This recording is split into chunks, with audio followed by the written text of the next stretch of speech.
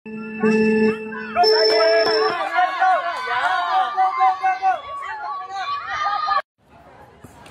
nyo itong latest na balita. Dinagsa ng maraming batang riders ang makulay at masiglang push bike competition na ginanap sa Rizal High School sa Pasig City. Tampok sa aktibidad ang 5 age categories, edad 2, 3, 4, 5 at 6 kung saan bawat bata ay nagpakitang gilas sa bilis, balanse at determinasyon sa kanilang push bikes.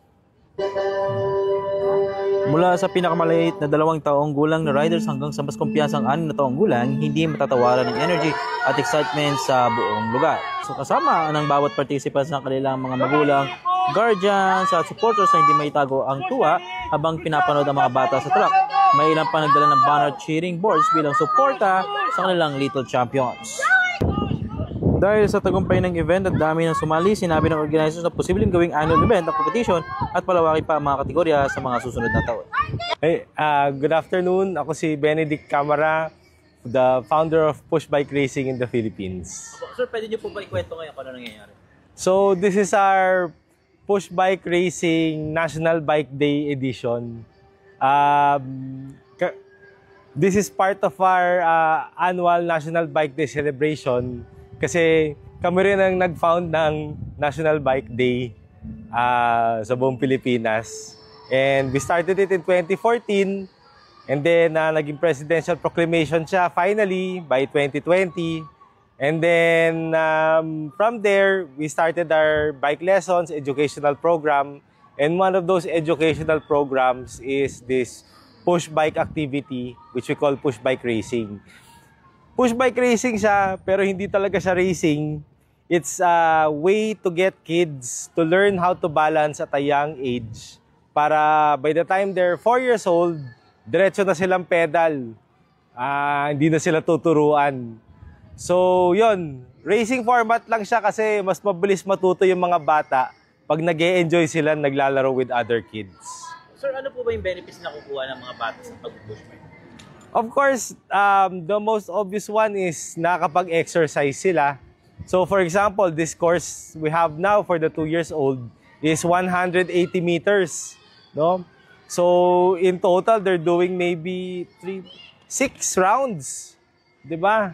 So that's almost more than 1 kilometer. Sorry, hindi ako magaling sa math.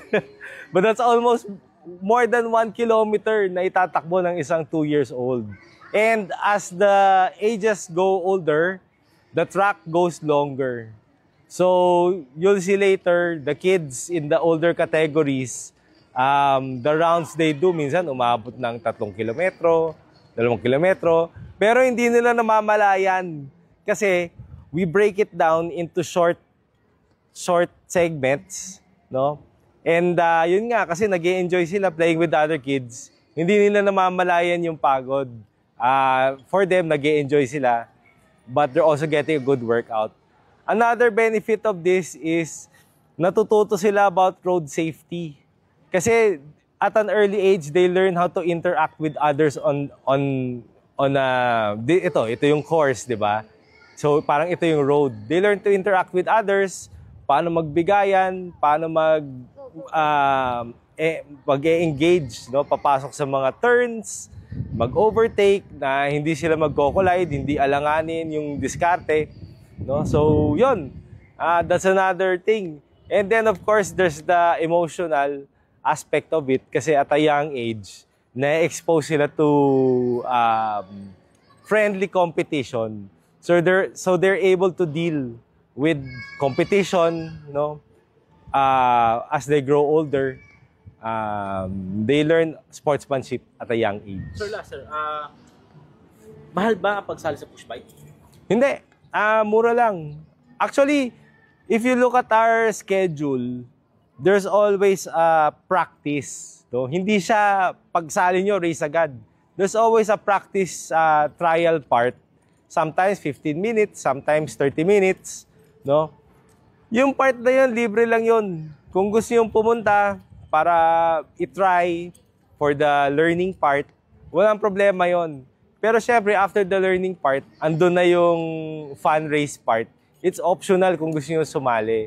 Yun, may bayad yun, pero minimal lang.